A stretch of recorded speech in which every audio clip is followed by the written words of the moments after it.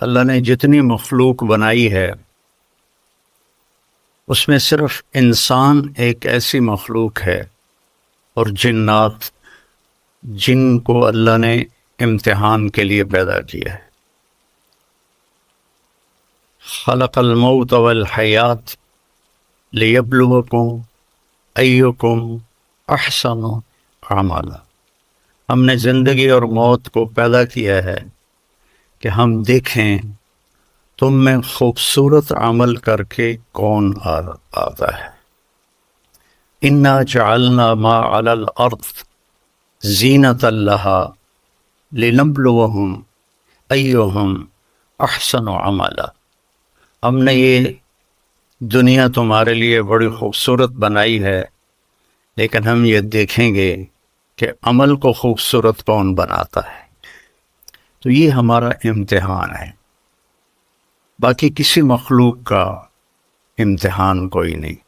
لہٰذا وہ جو بھی کر لیں وہ ٹھیک، جو نہ کریں وہ بھی ٹھیک، لیکن انسان کے ساتھ صحیح اور غلط کا ایک نظام ہے، اس کے ساتھ موت کے بعد اٹھنے کا ایک نظام ہے۔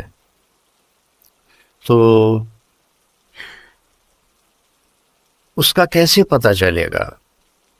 یہ انسان کا جو علم ہے وہ بے بس ہے۔ ساری مخلوق کو اللہ پیدا کرتا ہے انتہائی تعلیم یافتہ۔ ربنا الذی اعطی کل شیء خلقہ ثم ہدی، جس نے ہر مخلوق کو پیدا کیا اور اسے زندگی گزارنے کا علم دیا۔ انہیں پورا علم ہوتا ہے۔ انسان کا علم، واللہ اخرجکم من بطون امہاتکم لا تعلمون شیئا، ہمیں اللہ کہہ رہا ہے میں نے تمہیں ماں کے پیٹ سے نکالا، تم کچھ بھی نہیں جانتے تھے۔ چڑیا کے بچے کو اپنی زبان سیکھنی نہیں پڑتی، ہم اپنے بچوں کو سکھاتے ہیں۔ چڑیا کے بچے کو، کسی بھی پرندے کے بچے کو آپ بند کر دو، کسی سے نہ ملنے دو، اسے اپنی زبان کا پتہ ہے میں نے کیا بولنا ہے۔ انسان کے بچے کو بند کر دو 2 سال، وہ گونگا ہو جائے گا، اسے ایک لفظ بھی نہیں آئے گا۔ تو اللہ تعالیٰ کہہ رہا تم کچھ بھی نہیں جانتے تھے۔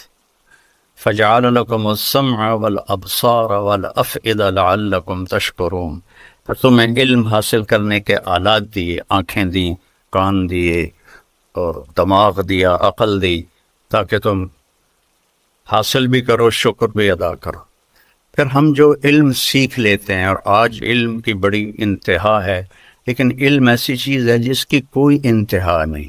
دنیا ختم ہو جائے گی اور علم کا ذرہ بھی کم نہ ہوگا، چاہے وہ کسی بھی شعبے کا۔ تو اللہ تعالیٰ فرماتا ہے وَمَا أُوتِيتُم مِّنَ الْعِلْمِ إِلَّا قَلِيلًا، ہم نے جو تمہیں علم دیا ہے بہت تھوڑا ہے۔ اللہ نے یہ نہیں کہا جو تم نے سیکھا وہ بہت تھوڑا ہے۔ وَمَا تَعَلَّمْتُمْ إِلَّا قَلِيلًا، جو تم نے سیکھا ہے نہیں۔ وَمَا أُوتِيتُم، جو ہم نے تمہیں دیا ہے۔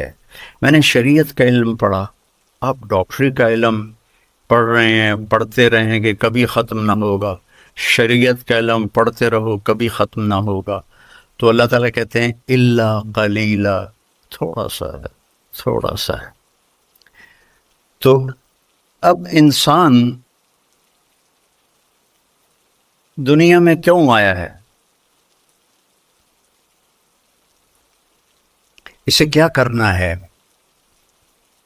نہیں جانتے۔ موت کیا ہے؟ شروع سے ایک بہت بڑا طبقہ ہے، آج بھی ہے، آئندہ بھی ہے۔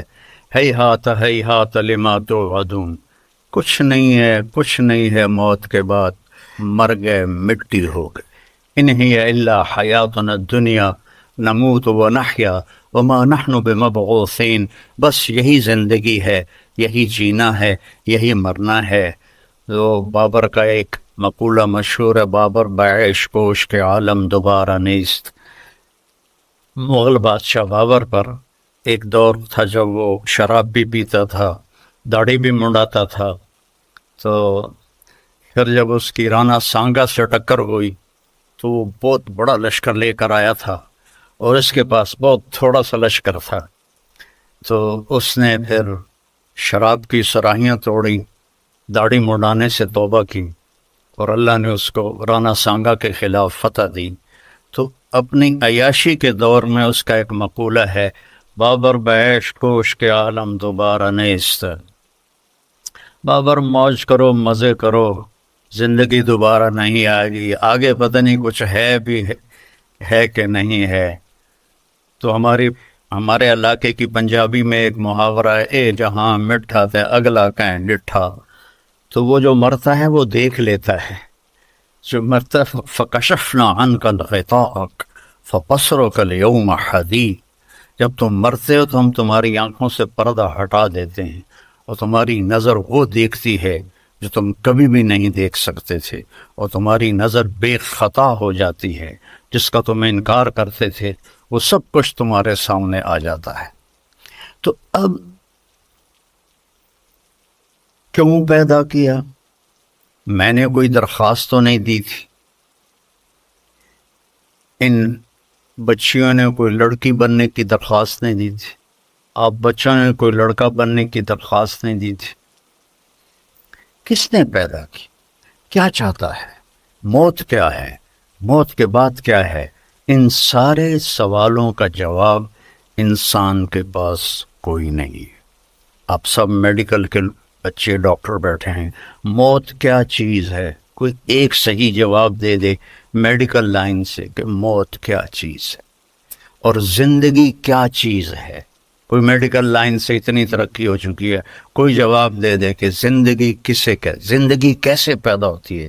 ایک لوتھڑا، اس میں زندگی کیسے شروع ہو جاتی ہے، کون شروع کرتا ہے، اور موت کیا چیز ہے، کسی کے پاس کوئی جواب کوئی نہیں ہے.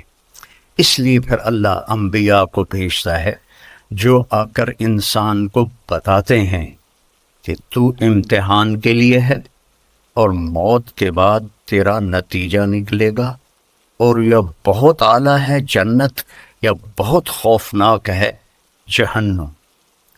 جنت کا یہ میرا نوخن تو پچھلے بچیوں کو نظر بھی نہیں آئے گا، یہ سامنے والے دیکھ رہے ہیں. میرے نبی کا فرمان ہے، اس نوخن پر جنت کی کوئی چیز رکھ دی جائے، کوئی پانی کا قطرہ رکھ دیا جائے، کوئی گھاس کا تنکا رکھ دیا جائے، کچھ کیا آئے گا اس کے اوپر، اور اس کو ایسے میڈیکل کالج میں لا کے رکھ دیا جائے تو زمین سے لے کر آسمان تک خوشبو پھیل جائے گی، اور چاروں طرف کائنات میں اس کی وجہ سے روشنی پھیل جائے گی. وہ کیا چیز ہے؟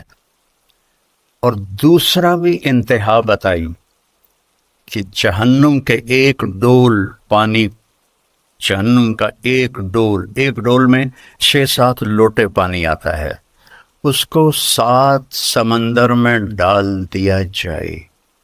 میں نے سارے بڑے سمندروں کا سفر کیا ہوا ہے، اس میں اسے ڈال دیا جائے اور 71% سمندر کا پانی ہے اور 29% خشکی ہے. اس میں اگر وہ ایک ڈول پانی ڈال دیا جائے تو سارے سمندر کھولنے لگ جائیں گے. کیا ٹیمپریچر ہوگا اس کا، اور اس میں وہ غوطے کھائیں گے، وہ انہیں پلایا جائے گا. تو وہاں 2 انجام ہیں، ایک بہت اعلیٰ، ایک بہت عرب ہیں. پھر قوم کا بت توڑا، صفیہ سے شادی کی، یہودی ہیں، یہودی خاندان، اپنے گھر میں شادی کی، عائشہ، ام حبیبہ، ام سلمہ، حفصہ، سودا، 5، زینب بنت جہش تو پھوپھی کی بیٹی، یہ 6 شادیاں اپنے گھر میں کی، خاندان میں کی.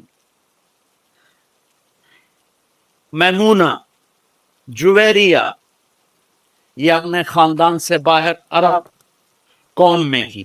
پھر صفیہ قوم سے بھی باہر غیر عرب یہودیوں میں تھی.